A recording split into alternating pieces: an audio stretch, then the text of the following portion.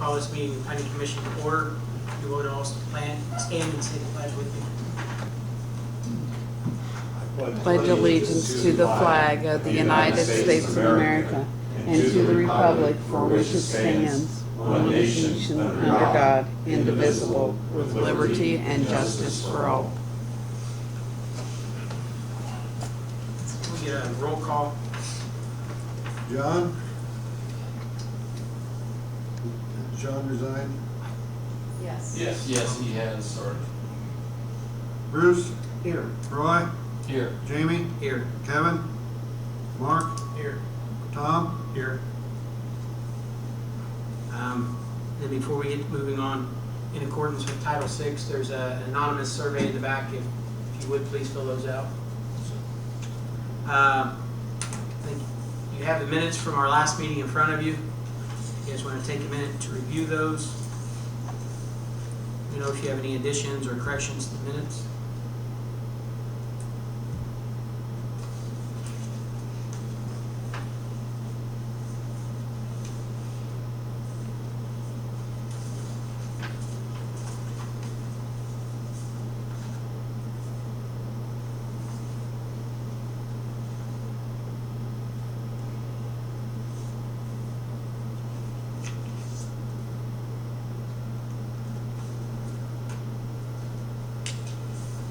I entertain a motion to approve the minutes as written.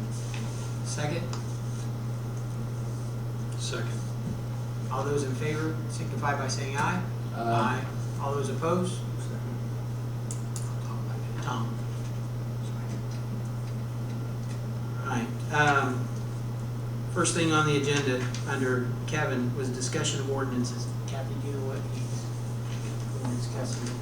Do you want to talk about it, or because we kind of? I'm going to let Ron handle this because he kind of has been working with the county on this, and he liked the idea overall to kind of review some of our ordinances. So. Good evening. I told you last month I wouldn't be back. Guess what? Here I am. This ordinance discussion is one that's actually gone on for some amount of time. There has been some casual conversations with representatives of Decatur County. They had expressed an interest in looking at some of their land use ordinances, and there's been some discussion on the city side as well about the same thing. Our current zoning ordinance was adopted in roughly 2000. Our current subdivision ordinance was adopted in 2002. So they've got 15 plus years on them. Some of you may have heard recently that Marion County, City of Indianapolis, revised their zoning ordinance for the first time since back in the 1960s. So we're not as far behind, shall we say, as Marion County was, but it is something that does need to be looked at, I think, from time to time. We know there are some areas in the ordinances that are less than clear. There may be some areas that are a little conflicting, and I think as a matter of good housekeeping, it's appropriate to review things over time. There was a meeting held recently, kind of an ad hoc thing with some representatives of the county and the County Plan Commission with a few city officials to say, hey, is this something we want to look at? If we were to do it jointly or semi-jointly, what would it look like? How would we do it? Who would participate? How do we pay for it? Those kinds of things. And I think it's fair to say, Kathy, from that meeting that there's interest in looking at this a little harder. On the city side, let me back up a little bit. The reason this discussion has happened with the county is we think there could be opportunities for development in the unincorporated county or the city to look more similar, whether it is in the city or not in the city. It might help the city going forward when subdivisions occur near the city boundaries that the city might in the future annex. Even back with the adoption of the comprehensive plan, there was a discussion, does the city need to look at managing land use in some areas immediately outside of the city through some agreement with the county that maybe we take over some of that planning function. So there's been several things going on here. I think there is some legitimate interest in trying to make at least the process on the county side and the city side look a lot the same. Now, some of the development standards will likely never be the same because each entity has different interests and different needs. But maybe some of our zoning classifications could be more similar. Certainly our subdivision control ordinance could be more similar so that that process is the same, whether you're going to be in the city or unincorporated county. And so we are at a point here where if we want to do this, we figure out what it is we want to do. How do we do it? Do we find a consultant to help us work through all of this? We need to identify what ordinances we want to evaluate. And so we kind of left that earlier meeting with the thought that that you all might want to appoint a group, shall we call them a steering committee, a group that would represent the city, and we have discussions, the city and the county have discussions and formulate a plan for how we do this, figure out what it would cost and how we all pay for it. So the next step in this process would probably be to say that we want to do it and to get the group together that would work with the county to try and identify an outline of how it would work. You might also in this committee, we have a person from the county that is sitting in with us, and that person is Andy Schultz, since he's a county surveyor. He has agreed to come on board and kind of be the go-between, so to speak, with the city and the county. And Andy brings an interesting perspective because he works in the land development business as a surveyor, and so he has some technical understanding of that process and what's involved with it. I'm on the county land commission too. Kevin is there is he an ad hoc member? Fleetwood? Non-voting, I believe. Non-voting, yeah. So both of us are there, and the only reason I say that is I think they're very serious about getting some congruency between the ordinances. So it's not just talk. I think that now's the opportunity to really coordinate between the city and the county. Right, they've already had a committee put together. I believe they did that at their last area plan meeting. One of the many things that the city needs to do, we have what I'll call an oddity in our city ordinance creating a plan commission that we don't even do things like the ordinance says, and the ordinance kind of offers two ways to do it, so it's just an area that needs to be cleaned up and make sure it's compliant with state statute and that sort of thing. Just one more area to look at. Plus, we were gonna look at some of our ordinances, the wording and definitions in certain things aren't real clear. I have ideas, one of which is that rather than each ordinance have its own set of definitions, as much as practical, we probably need to have definitions for all ordinances. So whether you're looking at zoning or you're looking at subdivision control, we do not even have a driveway ordinance regulating driveways. But if every one of those has the same definition, it should remove some confusion that you have the correct definition for the ordinance that you're using. So I think there's some opportunities here. This could be and should be probably a lot of work if it goes forward. And there'll be some disappointed people because that's part of this process. But there's a lot that could be gained, I think, to help the entire community. And when I say community, I mean the city and the county.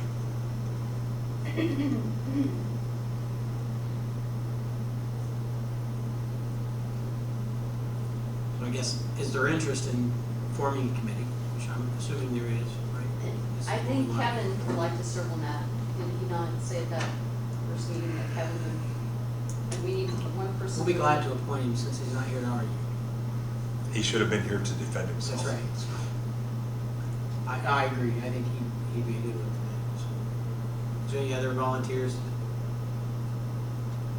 We have the age-old issue of you don't want a quorum, but that would be 4 in your case, so as long as there's no more than 4 planning commission members involved, you may want to look outside of the planning commission proper. There may be some other members of the community you think about that would be good stewards in this activity. We've seen the county's list, and they were maybe a third of their group was planning commission members, and the others are not planning commission members. I think this is probably likely to be at least a 2-step process. I think the first activity is to figure out what this process would look like. And then we get through that, assuming that we would want to hire a consultant to help with this, then the long and somewhat arduous process of working through all the ordinances would be the next step. And that will take some time and some effort.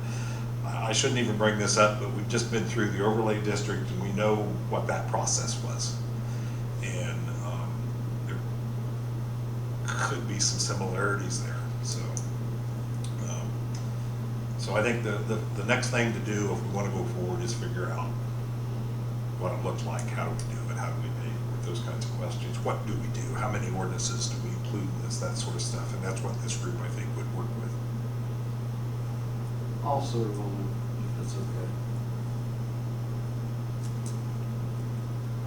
Since I was past county president too. So.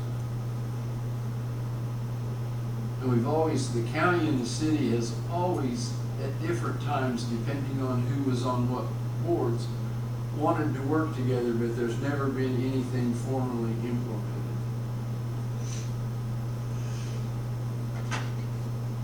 And that probably needs to be done in some type of writing, rather than just talking about it and then other people disagreeing later and saying, well, we never said that. If this process should work, ultimately there will be ordinances on both sides that should carve all this in stone, so to speak.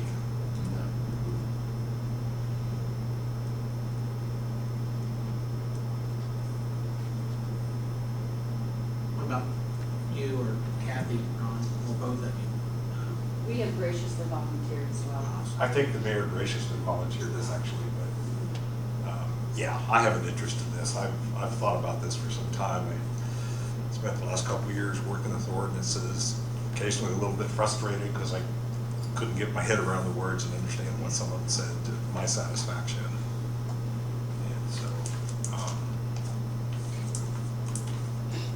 one of my big goals is to have definable ordinances that can be interpreted by staff and don't require, I've often said, I don't like an ordinance that says do good development because I can't quantify good.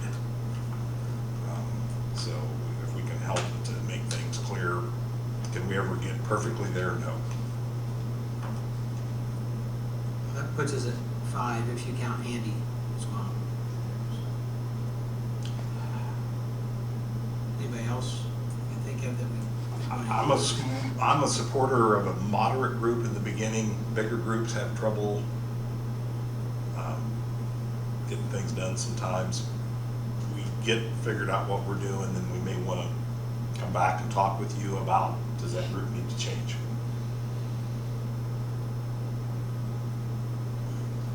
And if I might add, I know in the past, I've been through this at time too.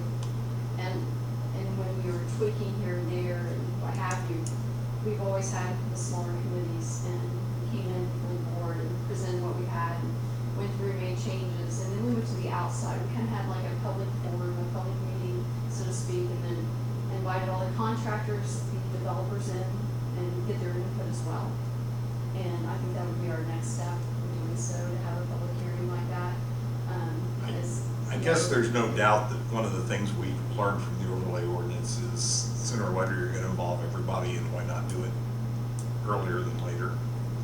Find the right representation as we start to do these things. Right now, I'm not sure we know exactly what all's affected by it. So Exactly, and I don't Yes. know if we know which route we want to go, and we need to sit down with the county and see kind of where we're going to start, you know.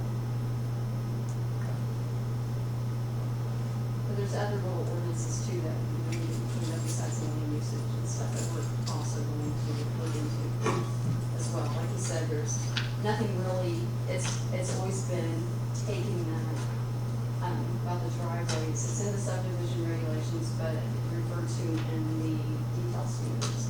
So, stuff like that. If you don't know that, then you're not gonna know where to look for it. So, just to clean everything up, like you said, and, pretty much, it has the, like, the chicken orders, per se. I mean, clean all that animal control stuff up and not trying to throw eggs at you, chicken. No, it's all good, I get it. But there's other little corners and avenues that we need to look into as well. One of the things that probably could and should happen early on is to go through and figure out what things we want to look at. That's some effort in itself there. And some of those ordinances that exist, we may want to look at and don't need to change, but we need to look at them and know how they're supposed to work and how they relate to other things. And again, try and coordinate everything. I've had the sense as I've worked with some of the ordinances that a couple things happened. One, they were pieced together from different sources, and then they were modified over time in such a way that, and we did something since I've been with the city, and I don't remember exactly what it is, but at the time we did it, it seemed like it was a really good fix. And then I read it later on, and I thought, well, we kind of didn't get that like it should have been. So even good intentions can be challenging.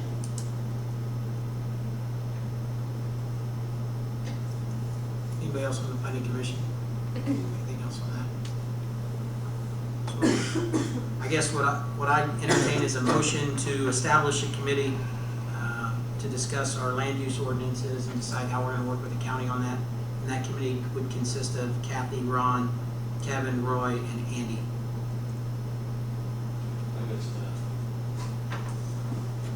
So moved. Is there a second? Second. Motion made by Roy, second by Tom.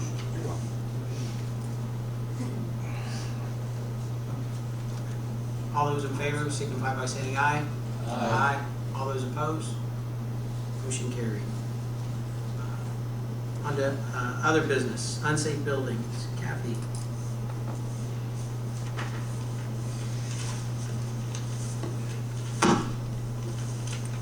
The first one I have is Mr. Harold Ritter, and if you have drove by this evening, you can see that the building is down, and he's in the midst of cleaning up the property.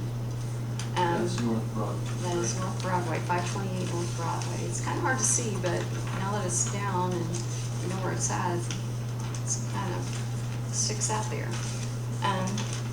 The contractor has been very good about letting me know what's going on. He told me it would be down by today, and he was right. He got it down by today. And he intends to clean everything up and smooth it all down and seed the property down. So I'd like to hold off on this. I'd like to give him a chance, and he's been great right now to work with after, you know, he held to his word. So I'd like to give him a little more time and see that he gets the rest of it done, because I think he really will do it. And the next one I wasn't aware of, and I apologize until I spoke with Chris this evening, was the Anna Holland that I sent you at 626 West 6th Street. If you have, I think I might have sent a new picture out, she has torn down, or the family has torn down the front porch, and they have trimmed up all the trees and shrubs and mowed and boarded up the windows and such. But Chris, you want to clarify a little bit on, you had a court hearing, I guess. This is the one we've been dealing with for some time. The person occupying the home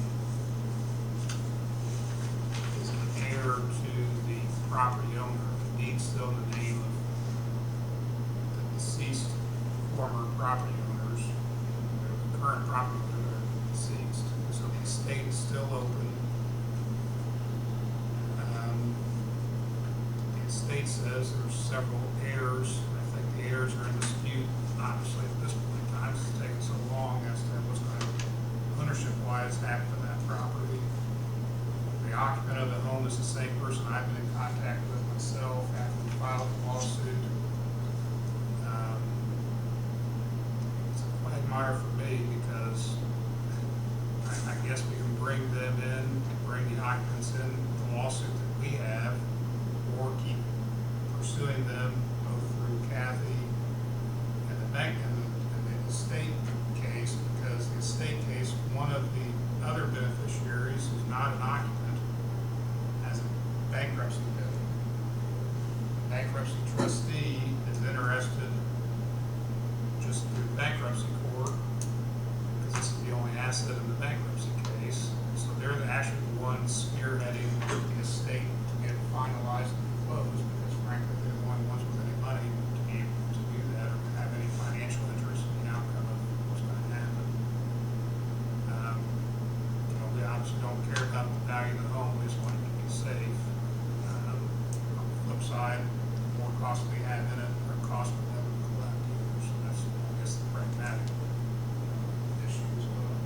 The plus side is, apparently the letter got their attention and they went out and they made an attempt to clean up the yard, remove the porch, board up the windows to make it safe. She has not been in contact with me whatsoever, but the fact that she's making improvements, and then I find all this out, so And she had been in contact with me, and I've tried to contact her again in the last 2 weeks, and that's not been quite as successful at this point. But at least initially, she actually came to my office and would speak to me by phone as well. And I do know that we were out yesterday checking on the property, and as we were driving by, there was a car that stopped and was watching us, what we were doing. Of course, we were on the road, but this lady was watching what we were doing, and then she turned onto Carver Street and parked in front of her dwelling, so I'm assuming it was the owner that was kind of worried or wondering what we were doing, but never approached us, and she quickly went into the house. So I guess I'm just making her aware, and if Chris has already got something going, then I'll just let him handle that. But and then just FYI, I sent 4 more letters out today on structures, so it's that time of year. And that's all I have. Did anybody ever, behind the bar on South Franklin, we had that issue with the bricks back there looking, did that ever get resolved? The bricks were cleaned up, the freestanding wall was taken down. There were still questions about the building to the north, sometimes referred to as Bourbon Street. And I do know that the State Fire Marshal's office has been in there of recent, and they have a long list of violations, and I do know that was one of the concerns. I just went by there the other day and thought about it. I didn't remember if it ever got taken care of. So, You don't want the building collapsing on people. yeah. That's never good.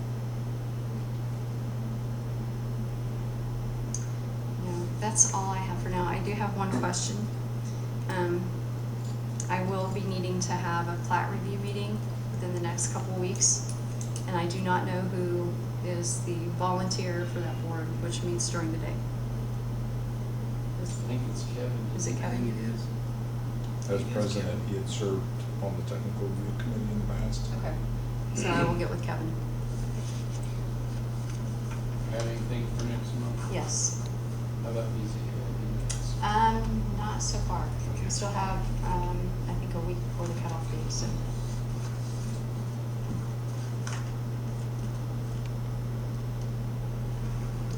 I have a question for Chris on that. this house on Sixth Street, do they think it's selling? I haven't been given an answer on that, I don't know. Yeah, I didn't know where you were at that point in time, but somebody thought maybe they could, you know, make it to where it's not a, you know, dangerous situation that other people are in, you know? Because when that porch came down, it looked like he kind of pulled the roof too and made it sag with the rafters in the middle of it, so I was just concerned that if but if there's someone staying there, I'm not seeing anyone, but that might be their argument, you know? I don't know if anyone is living at the facility or not. I did not check with Donna to see if the water was turned on or not. I would say probably not. I would say they have a little more issues with their roof, especially on the west side. But that would be my guess. But When I spoke to the occupant of that other home, they thought they could maybe take one of the east wall down, and keep the other part, or stabilize the other part of the home. But the more we talked, the more it was convincing that it had to, the entire structure would need to come down. That's the way it looks when you drive on it. It doesn't look very safe at all. No.